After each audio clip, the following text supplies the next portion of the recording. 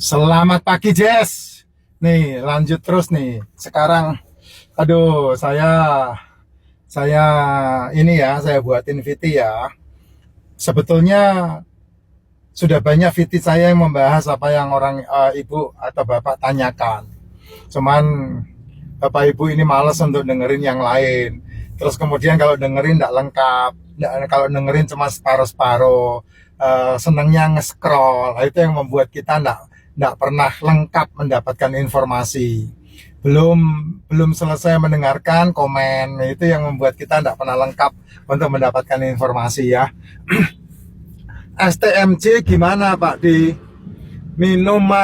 minuman susu telur madu jahe bagaimana? Ini udah saya bahas bro. Ya, ini kliwir nih, komentar dari Pak. Kliwir. Ya, saya udah bahas itu. Kamu scroll lah itu konten-konten saya dan dengerin dengan seksama. Nanti kamu akan menemukan jawaban dari semua kegundahanmu. Minum racikan dulu dah. Nah, ini minum racikan dulu nih. Saya masih belum sampai rumah, masih minum racikan. Racikan yang ini tadi saya campur dengan air kelapa hijau. Ya, saya campur dengan air kelapa hijau, jadi rasanya enak banget. Ya, Pak Kliwir, STMJ gimana? Ya enggak gimana-gimana. Kalau saya ditanya, Pak D minum enggak? Enggak, saya enggak minum STMJ. Kenapa Pak D enggak minum STMJ? Ya karena STMJ itu kan kreativitas orang dagang. Ya, campuran-campuran yang terjadi susu telur madu jahe itu kan tidak sehat, tidak bisa memberikan sebuah dampak untuk tubuh. Kenapa? Susunya pasti susu formula, susunya pasti susu kental manis, susunya pasti susu yang bukan susu tapi rasa susu. Kamu cek aja deh ya, kamu cek aja. Kalau menggunakan susu asli Pak, susu kambing etawa pun sudah oksidasi. Kemarin saya di IPDN disuguhin kopi sama susu kambing etawa. Itu susu kambing etawa bentuknya serbuk, Jess. Ya, bubuk. Itu oksidan itu. Oksidasi. Ya, kalau kamu merasa sehat ya silahkan, tidak ada masalah. Kan saya tidak boleh melarang orang makan. Itu kan haknya setiap orang. Hak warga negara. Saya tidak ikut campur. Tapi kalau saya disuruh minum lagi, tidak. Saya tidak ikut minum lagi. Ya. Tapi kalau susunya 97% seperti yang Greenfield punya, nah itu saya minum. Tapi tidak selalu saya minum. Karena apa? Tubuh saya tidak butuh susu. Tubuh saya butuhnya nutrisi, mikronutrisi. Jadi susu saya tidak minum. Karena apa? Karena kalau kamu minum susu, pasti harus ada kelenjar laktosa di tubuhmu. Sehingga susu bisa tercerna dengan baik. Ya, itu pertama. Susu dicampur telur, bagus. Kalau susunya itu murni. 100% susu atau 97% susu atau 99% susu itu dicampur telur, sebetulnya sih tidak usah dicampur karena susu sama telur itu adalah protein, sama-sama makronutrisi ya, dan mikronutrisi yang bagus juga. Cuman ini dicampur ya, susu dicampur telur ya. Susunya sekali lagi, susunya pasti susu formula, bukan susu murni yang betul-betul susu 100%, itu bukan. Tapi kalau susu dicampur telur boleh enggak? Ya itu variasi aja. Ya kreativitas orang jualan. Dua dijadikan satu gitu. Madu sama jahe. Madu itu gula. Jahe itu mikronutrisi. Ya, jahe itu mikronutrisi. Itu saya minum. Saya minum jahe. Tapi tidak dicampur dengan madu. Karena madu itu fruktosa. Jadi saya tidak minum jahe dicampur madu. Kenapa kok enggak boleh Pak? Ya karena gula dicampur dengan mikronutrisi. Kalau seandainya gulanya berlebih, dan biasanya kamu kan kasih 2 sendok, 3 sendok gitu ya. Itu yang justru malah enggak bagus. Sehingga saya menghindari untuk makan itu. Gitu. Tapi kalau kamu mau minum, ya silahkan, itu kan mulut-mulutmu. Tenggorokanmu, lambung-lambungmu, usus-ususmu, dan itu sudah menjamur ya di mana-mana. Bahkan pojokan gang rumah di mana saya tinggal pun itu ada susu jahe telur madu dijual, nggak masalah. Banyak orang yang beli juga di sana, tapi saya tidak mampir, saya tidak beli. Ya kalau yang lain membeli, monggo silakan.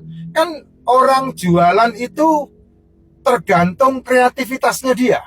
Bagaimana dia berkreasi untuk menjual sesuatu, menarik pelanggan, dan pelanggan memberikan keuntungan buat apa yang dijual. Kan seperti itu. Sama seperti saya menjual racikan Mak Jin kan. Yang mau sehat, ayo. Yang nggak mau ya nggak masalah. Ya, yang mau beli yang palsu, monggo. Yang mau beli yang asli dengan racikan saya, monggo silakan. Saya nggak ambil pusing untuk semuanya itu karena manusia ini memang diciptakan oleh Tuhan memiliki kreativitas yang sangat luar biasa yang berbeda dengan ciptaan-ciptaan Tuhan yang lain. Itulah sebabnya manusia itu unik. Gitu aja manusia masih ada yang nggak percaya punya nyawa loh. Ayo, itu padahal tokoh-tokoh itu yang tidak mengakui nyawa itu ada itu. Ya kalau kamu nggak punya nyawa ya kamu sama kayak binatang, jas mati dilempar ke jurang, mati ditanam di tanah, nggak ada syukuran, nggak ada layatan, nggak ada 40 harian, nggak ada itu semua.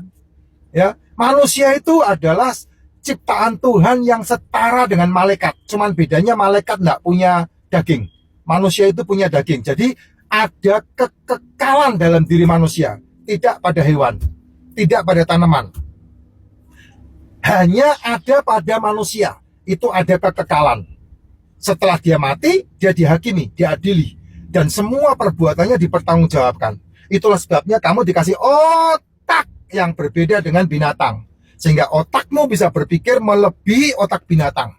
Binatang tidak bisa melatih binatang yang lain, tapi manusia bisa melatih binatang, karena otak manusia di atasnya otak binatang. Jelas seperti itu kan? Nah, makanya manusia punya kecerdasan yang sangat hebat. Dia bisa membuat variasi, ya. Pisang digoreng bisa dijual, tahu digoreng bisa dijual. Padahal kan itu nggak boleh. Tahu itu protein, dimasukin ke minyak, dipanasin, oksidasi. Tapi boleh nggak? Ya silakan. Kalau mau makan, makan aja, nggak ada masalah.